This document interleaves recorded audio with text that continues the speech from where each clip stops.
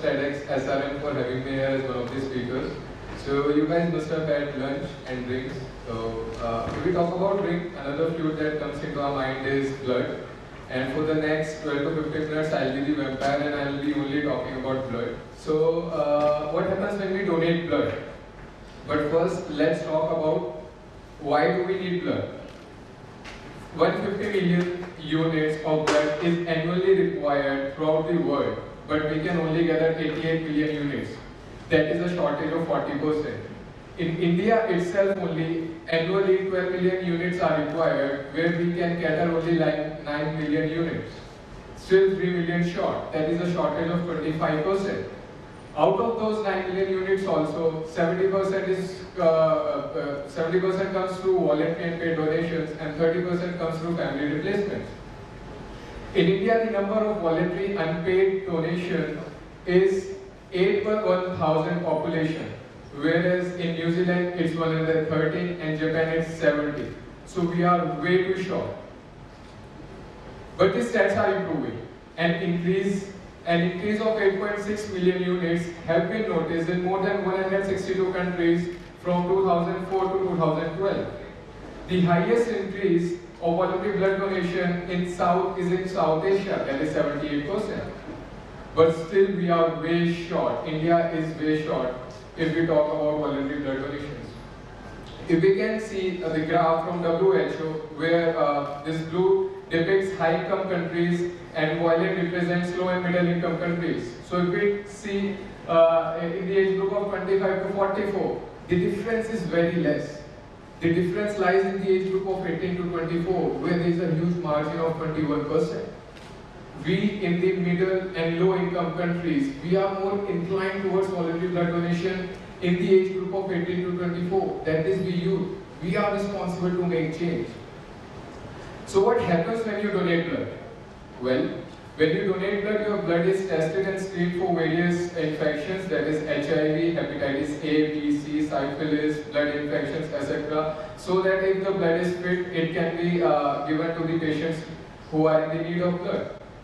Then the blood is divided into different components which are derived from 1 unit of blood, and 1 unit can save up to 3 lives. So how does blood donation take place? Well, if you are a healthy donor between the age group of 18 to 60, you can donate blood.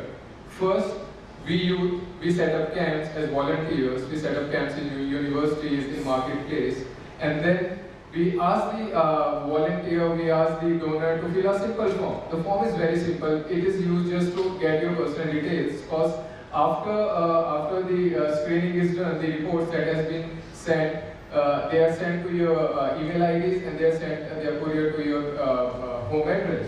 So after that, there's a brief history of about your medical history for the last 2 years, whether you have suffered from any major disease, that is dengue, malaria, cancer. So if you are fit enough, according to the form, then a specialized team of doctors, they check your hemoglobin.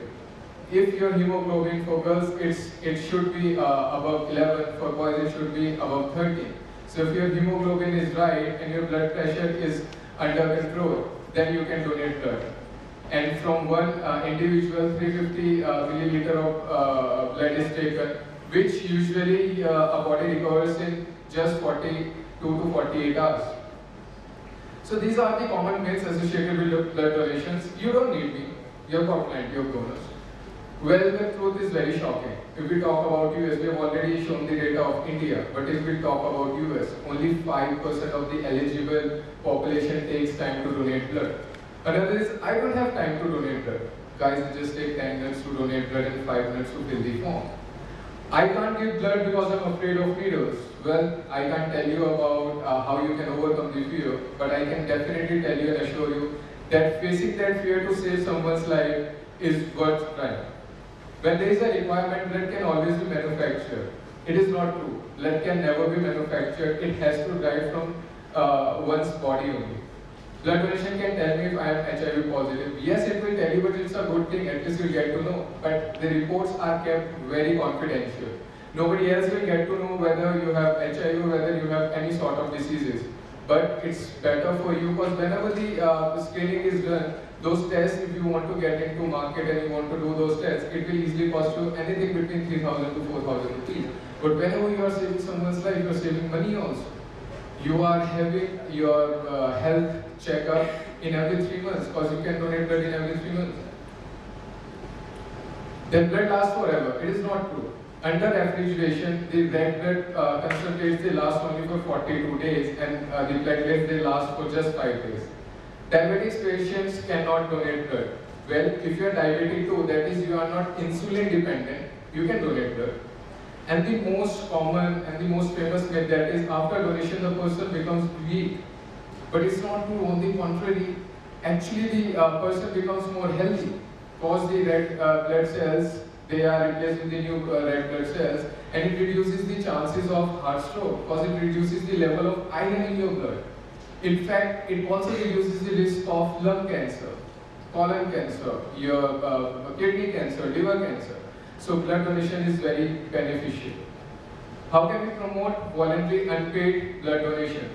Well, there are a lot of ways. You guys are youth, you know how to make anything into trend. I don't need to tell you, but yes, few steps we can take. We can conduct blood donations in universities, we can conduct blood donations in marketplaces, and we can ask our friends to assist us there.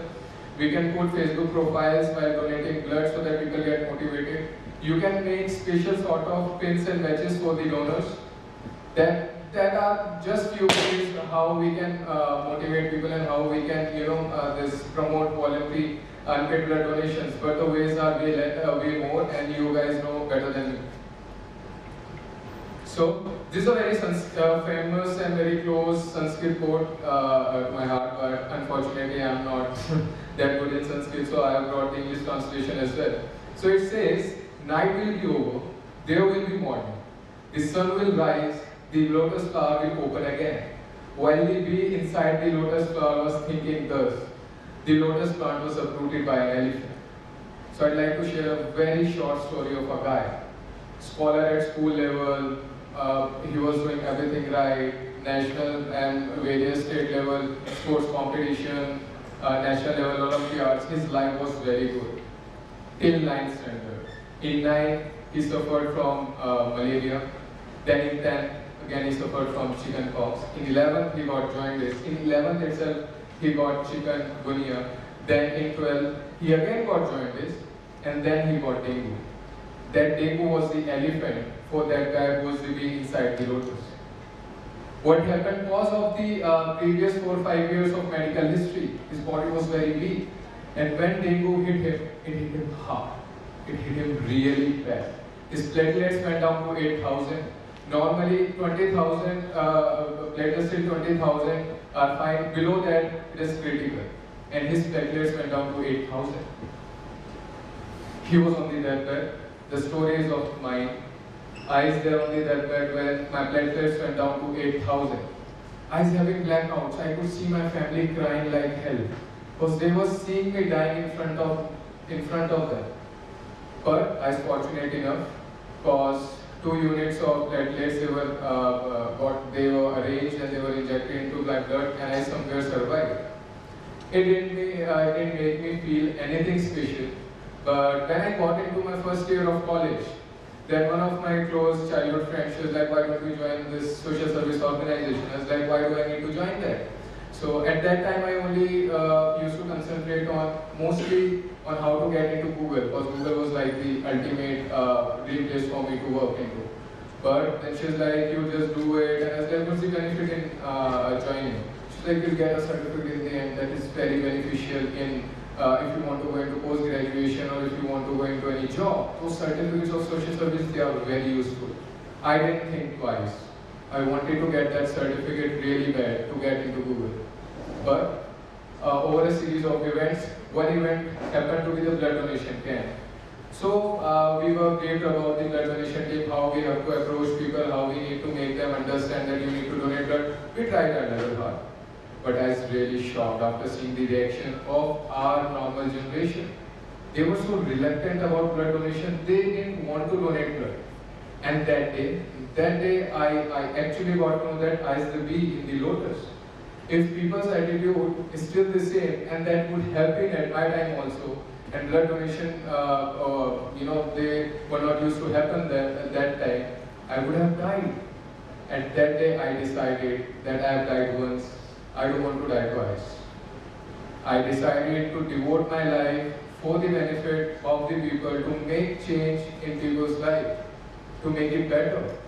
Over a period of time, I got a lot of opportunities. In just 2 years, I became the head of the youth organization. I strived very hard for the blood donations, because that was really close to my heart. So when I became the head, my number was distributed all across the Delhi. So, a lot of people had my number. So whenever they required any help, they used to just pick me on WhatsApp. So we used to receive messages regarding blood donation requirements, and they need live donors. So we used to go there and we used to donate. But this picture is very close to my heart, because this picture also has a story with it. I received a call at around 11:30 at night. There was a girl, and she was suffering from dengue, and she wanted blood really bad. Then at 1 in the night, I went there. Usually blood banks, they don't take blood at night, but on a special request, because she was also on the deathbed, the blood donation took place at the hospital. I went there, I donated the blood, and it saved her life. Nothing new, we were doing that throughout our last 2-3 years, we were saving life. But then one day I received a call from one of my friends, and he was like, this one of my friends, she's having her birthday bash, and she wants you to be there.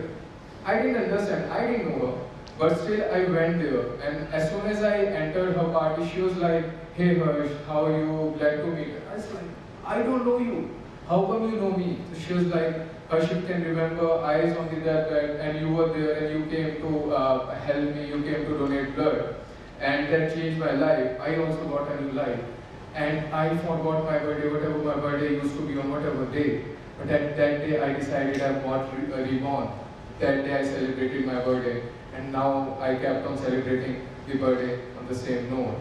So it's not about us when we donate blood, it's about the impact on other people. But that moment, guys, that moment of success, as they're standing there, as listening to her story, I shocked. I was so terrified by knowing the fact that you are actually doing something and it is saving lives. If you are making an effort, you are getting results, you are getting outputs. So at that day I decided, yes, I have to keep on doing the same, I have to motivate people, and you guys need to help India grow better and save lives. Because still we are 8 per 1,000, as I showed you, the number of voluntary and paid donation is just 8 on 1,000 population. So I would like to end my talk with a video, but before that video I would like to share the dialogue which is very close to my heart, and it's one of my favorite movies.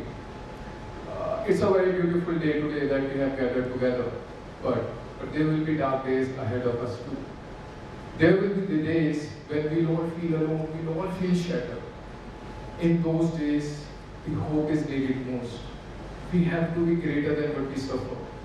We have to be big. We have to become the hope. So I want to urge each one of you to become the hope of people and save life. I was fortunate enough, but people are not fortunate enough. People are dying due to the scarcity of blood and eventually death here. So you have to be greater than what you suffer, and you have to be the hope of people and change your life and change people's life and make a difference in this world. So I will hello uncle. Hello. मैं आपको thank you कहना चाहती हूँ। Thank you किस लिए? वो actually मुझे ना थैलेसीमिया है और हर महीने आप जैसे अंकल आंटी खून देते हैं और मेरी मदद करते हैं, पर मुझे पता नहीं वो कौन है, इसलिए सबको थैंक यू बोल देती हूँ। So thank you. पर बेटा मैंने तो कभी ब्लड डोनेट किया ही नहीं। कोई बात नहीं, नेक्स्ट टाइम के लिए बाय बाय। 18 साल की उम्र से रक्तदान करें, ये किसी की जिंदगी बचा सकता है। करके देखो, अच्छा लगता है।